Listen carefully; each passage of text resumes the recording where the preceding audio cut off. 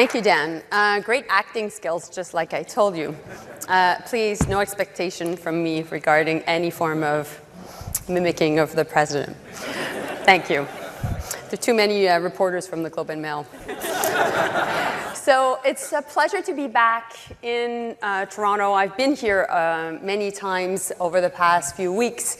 But the last time I came in the fall, I had the chance to present our plan to really make sure that we would be even a stronger industrial footprint and a stronger industrial growth. So that was 5 months ago when I had the chance to present that. And when you think about it, and obviously Dan just alluded to it, geopolitics has not gone better since then. Think of only what happened in January and what were the decisions taken by the White House. You were referring to also what happened with the latest tweet and the Gordie Howe Bridge. The week before, I was dealing with the impacts on Bombardier and the aerospace sector. So we've been dealing with this. We know that this will continue to be the case. But what also happened in January was also the Prime Minister's speech in Davos. And in that speech, it was really a call to action for middle powers to join together to counter political hegemony, American protectionism, and also big tech. And so, meanwhile, we know that the trade war continues. But the reality is in 2025, we've been very much reacting. In 2026, we have a plan, and our goal is to implement it. And so when you think about it, last year, we created more jobs than in the United States. Indeed. We created 189,000 jobs, while the US, 10 times our economy, created 181,000 jobs. So our plan is working, and our goal is to be in control. Because there are lots of things we cannot control, but there are lots of things we can control. And so our plan is to protect jobs, to create jobs, and to attract talent and investment. So when you think of protecting jobs, well, we've been able to work with many of you. I know my dear friend Ron Bedard is here from ArcelorMittal, the Fasco, and we've been working very close with the steel industry to protect the jobs also in Hamilton, Sault Ste. Marie, across Ontario and across the country. We've been working with the aluminum sector, the copper sector, and also the forestry sector. But I wanted to talk to you also about the auto sector, because we released our auto strategy 2 weeks ago, already 2 weeks.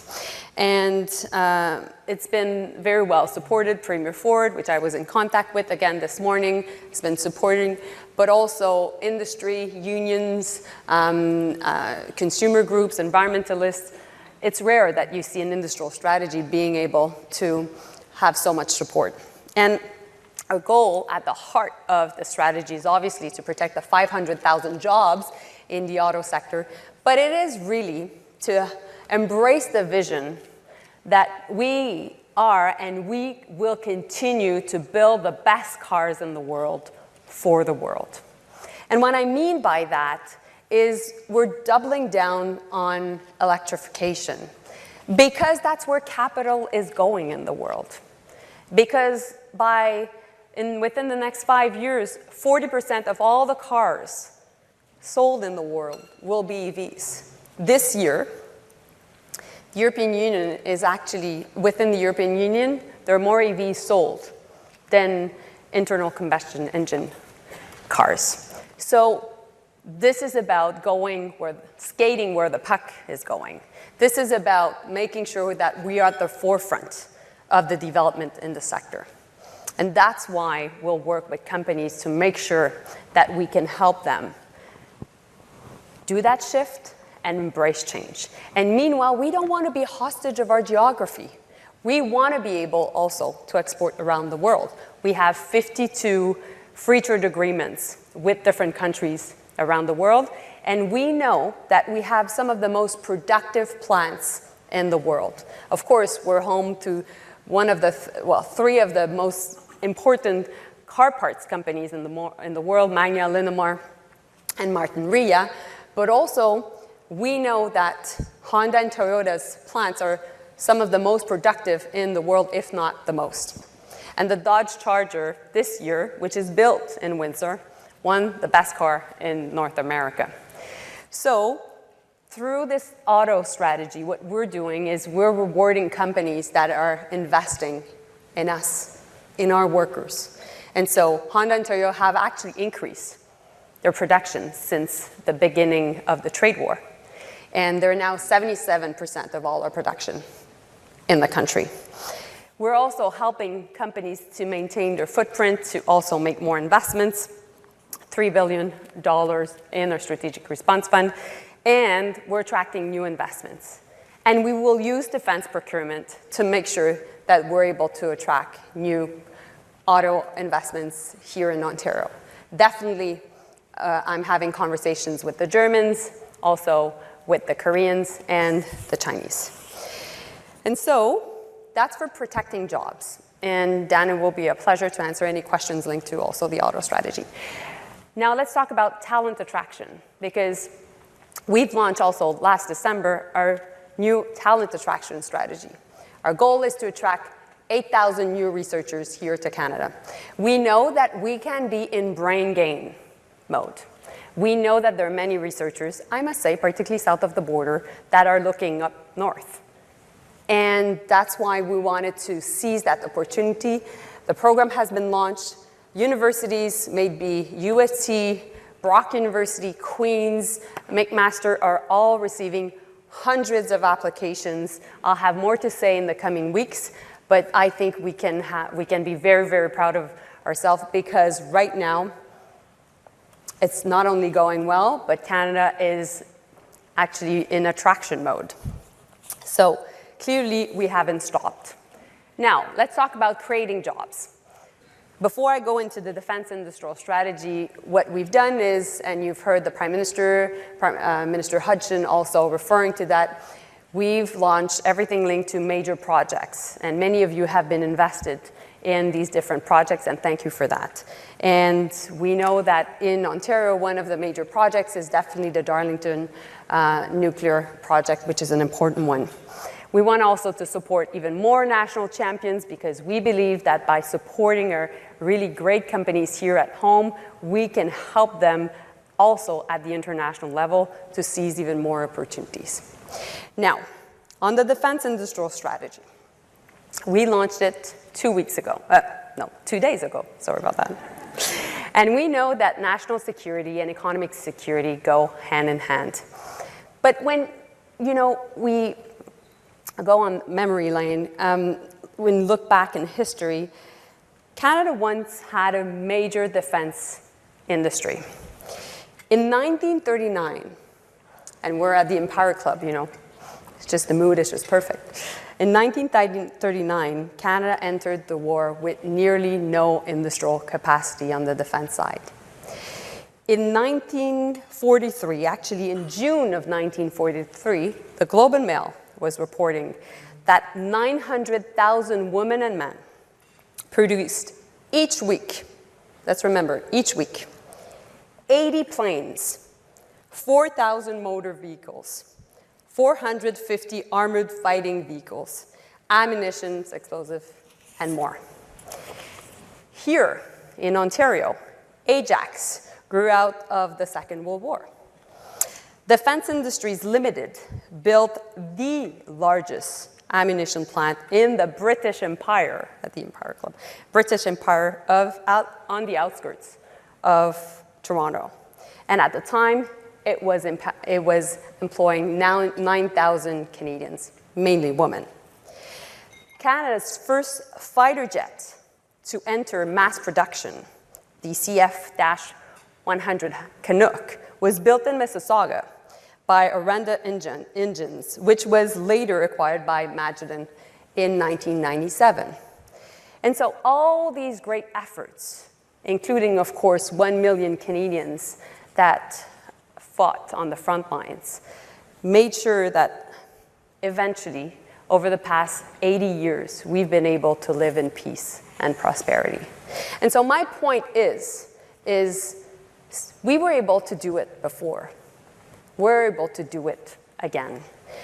And we need to do it, not only to protect us and to protect our sovereignty, but as a deterrence method to make sure that we keep our peace and prosperity. And so let's not be naive about geopolitics. We are living at a pivotal moment. And so all NATO countries are increasing their defense spending. We will be able to meet their 2% target in the next couple of months. But the goal is to be at 5% of our GDP by 2035. And we also know that we're too dependent on the US, and we cannot be in a position of economic vulnerability. We need to be in a position of strength.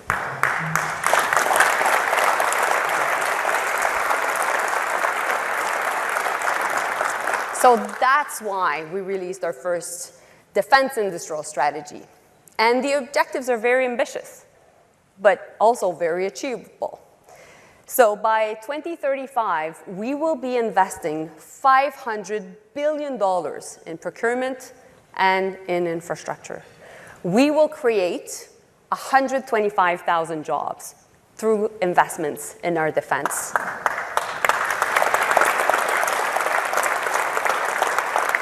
And in turn, we will increase by 50% our exports in the sector. Our procurement that is going towards Canadian companies right now is at 43%. It's not enough. It will get to 70%. And we want to make sure that we increase the revenues in the sector by 240%. We're already in action mode. We haven't stopped and we haven't lost time. We signed the SAFE agreement, which is a major defense procurement market with the EU worth $150 billion. We also made an important agreement, signed an important agreement with the European Space Agency for $500 million to make sure that our space companies can also reach out and obtain contracts out of the European Space Agency. We just bought 6 Bombardier jets, and these will be built here in Ontario at Downsview.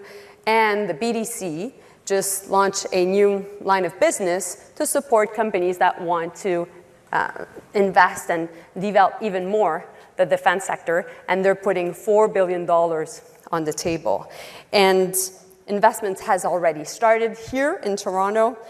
Canada Rocket Company, a Toronto-based space tech venture, has just received its first investment on the part of the BDC, and it will be building rockets for the launch of satellites and to make sure that satellites are in orbit. So things are moving, and we're moving fast. And at the heart of our strategy is IP. We want to make sure that we invest more in research and development. We want to make sure that there's more IP that is here, developed in Ontario, in Canada, and we want to be in charge and in control of our IP. And so our entire model is based on a build, partner, or buy. So what does that mean? Well, we will always give priority to be building in Canada. I will give you a couple of examples. Of course, we can build the ships and of course, the ships, the vessels, the planes here in Canada. We can build the satellites at MDA Space in Montreal and also being operated by Telesat out of Ottawa. We can invest even more in secure data and secure system through BlackBerry. We can also invest more in AI, and we have, and we're very fortunate to have Cohere, which is an LLM, a large language model, that is so key to our data sovereignty. And also, we can work on having the right simulators to train our pilots out of CAE in Montreal. If we can't buy here, if we can't build here in Canada, we will then partner. And the example is the Bombardier Mitsubishi example, which is a plant in Mississauga right now that basically is building for the Bombardier jets, or Bombardier and Saab and they have a Global Eye project, which would be 4,000 jobs. And this project would be to support the Global Eye, which is a surveillance plane based on Swedish technology with made in Canada planes. And if we can't partner, then we will buy. And so the best example I can give you is definitely the procurement that we're doing right now with the submarines, with 12 submarines, which will be allocated either to a German-Norwegian partnership through TKMS or Anwa, and this is the Korean proponent. Of course, there's been already lots of news regarding what would be their supply chain across the country. And we want to make sure that there's the most industrial benefits out of this procurement. But fundamentally, what we want also is a car plant. And that is why we're talking also with the Germans and the Koreans, because we think we can attract more investments in the auto sector through leveraging defense investments. And so all that will be supported by our Buy Canada policy. And a lot of these things will be built with our steel and aluminum, obviously. And we also think that the defense industrial strategy is a very good way to leverage what is happening in the auto sector, not only to attract investments, but also to make sure that we're able to offer really good careers to those affected by job losses in the auto sector. That is why I personally see our defense industrial strategy as a very important economic stimulus for our economy. And so how we will decide whether we build, whether we partner, whether we buy, well, it's all linked to a list that we were able to work on, which is about our sovereign capabilities. And so examples of what are our sovereign capabilities right now, as we've established, is aerospace, including aerospace platforms, digital systems, specialized manufacturing, building icebreakers, training, simulation. I could go on. There is a list of 10 sovereign capabilities. And so our goal, and I've heard it many, many times from the industry, is to offer contracts rather than subsidies to companies. And there's nothing like having a contract from the Canadian government to be able to show to your potential clients or to your existing client that you have the trust of the federal government, but not only here at home, but also around the world. And so we also know that procurement is too slow and too complicated, so we now have a new defense investment agency. It is headed by Doug Guzman. He's putting his team in place, and this defense investment agency will make procurement go much more faster. And I'm nearly done. I just want to talk to you how much there's procurements coming our way and how much this will have an impact short term. In the next year, either in terms of procurement, we will launch, we will award, or deliver. For the Navy, 12 submarines, 15 river-class destroyers, 6 Arctic and offshore patrol ships, 2 heavy polar icebreakers. That's just for the Navy. For the Air Forces, of course, there are everything linked to the fighter jets and the training of these pilots. For the space sector, satellite communications, not only building satellites, but also launching them and the operations of them. And also for the Army, everything linked to munitions. We will have a new drone innovation hub at the NRC, at the National Research Council in Ottawa, an investment of $105 million.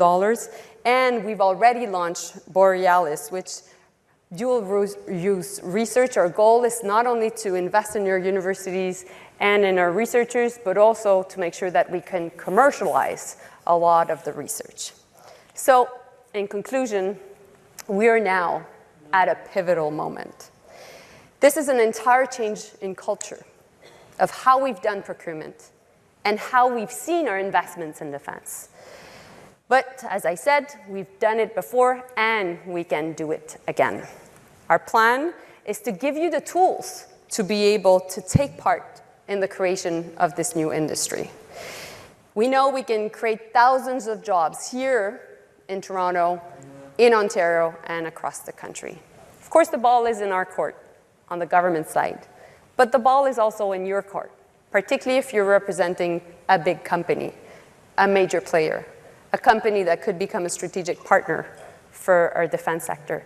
It is time to make sure also that small and medium-sized businesses can be part of your supply chain, and that we're thinking as this being one of the major Canadian undertaking of this decade. So let's work together and let's make sure that we win. Thank you so much.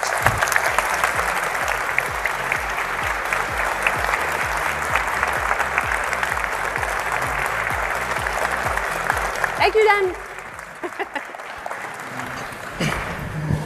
Okay, well, we've just got a short time for a few minutes because we have a fabulous panel coming up here led by one of my favorite journalists. We've got, I was really struck in your comments, Minister, that by the interconnection between national and economic sovereignty. Yeah, right? Of course.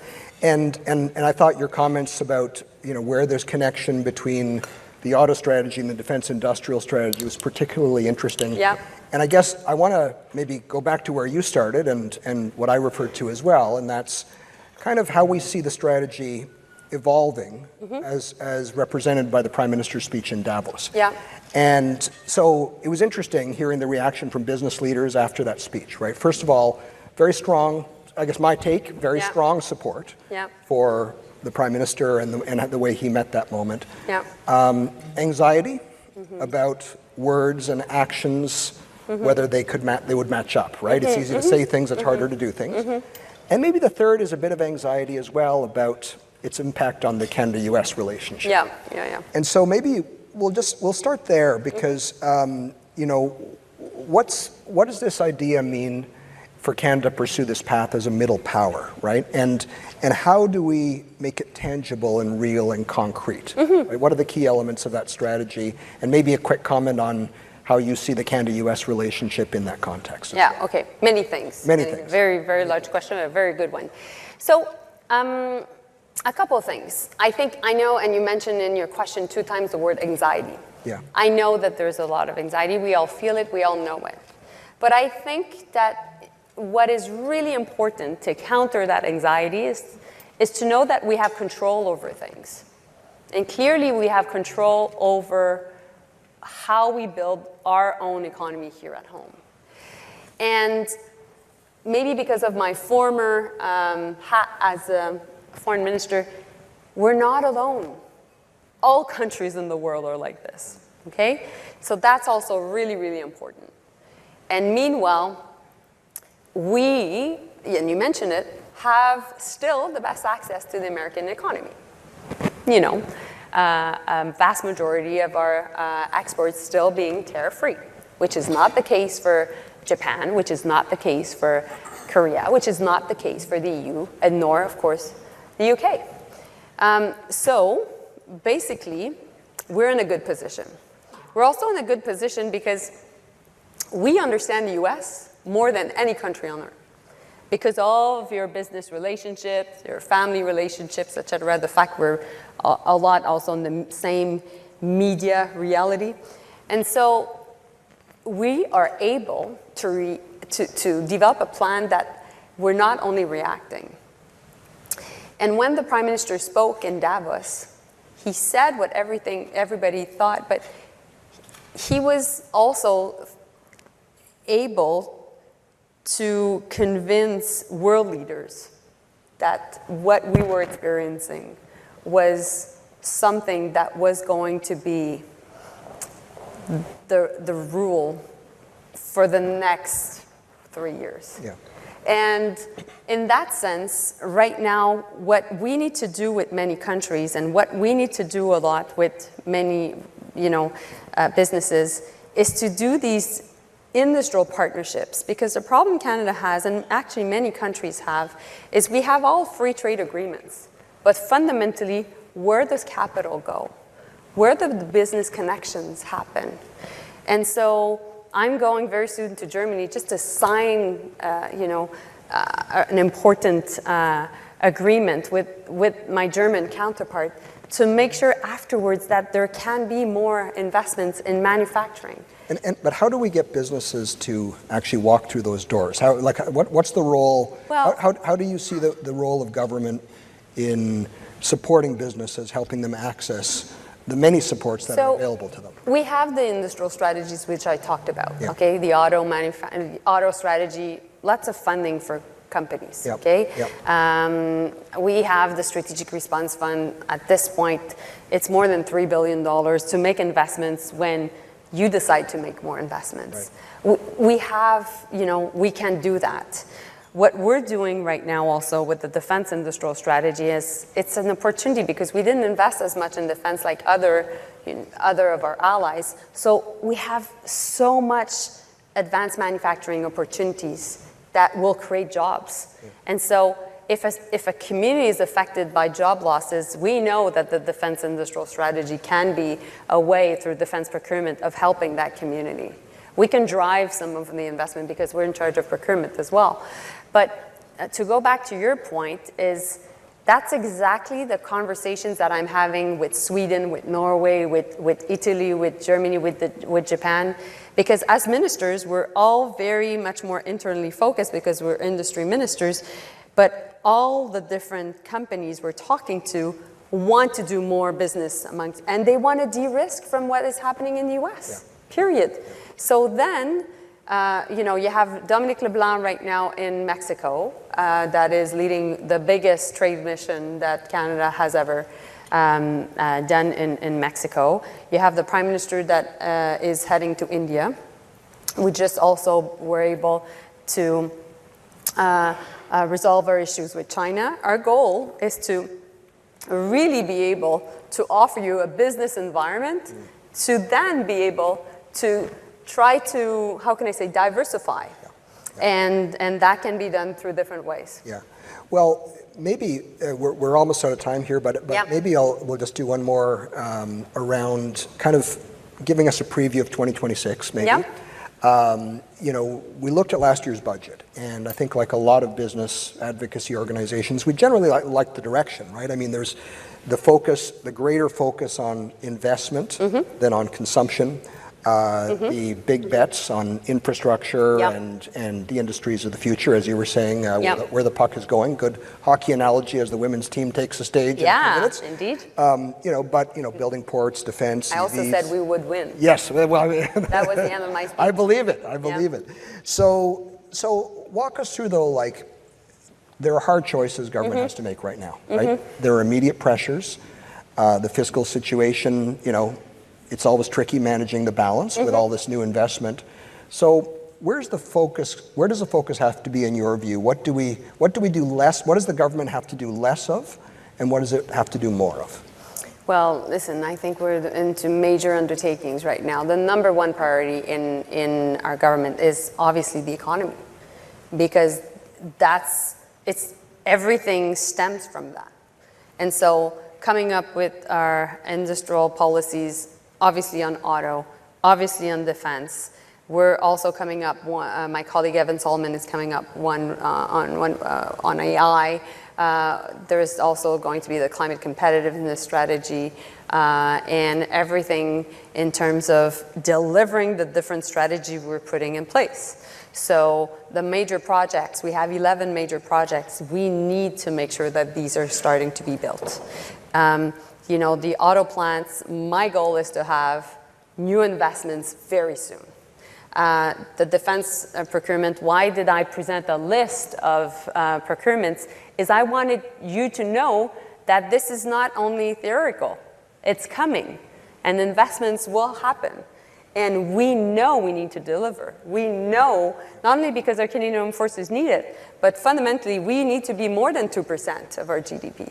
And we need to, not be the last country within NATO investing in defense. And we know that also it's part of our way to really work on an economic stimulus. Yeah. So I must say, we're coming up with a lot of different reforms, really important ones, but the goal is to really be in delivery mode. And then delivery mode is important not only because it's the impacts on communities, but it is also about your point in what you were talking about, confidence. And when people see bit by bit the impacts of what the government is doing, then they will take the risk of saying, you know what, okay, I'll invest this year in my business. Okay, I'll hire a bit more. Oh, I'll go in that market and I'll spend the money to develop that new client. Yeah. So that's the goal. Okay. I want you to be able to, notwithstanding indeed the anxiety that will continue, to be confident that we have a good plan, we're in control, and we will be able to get through this together.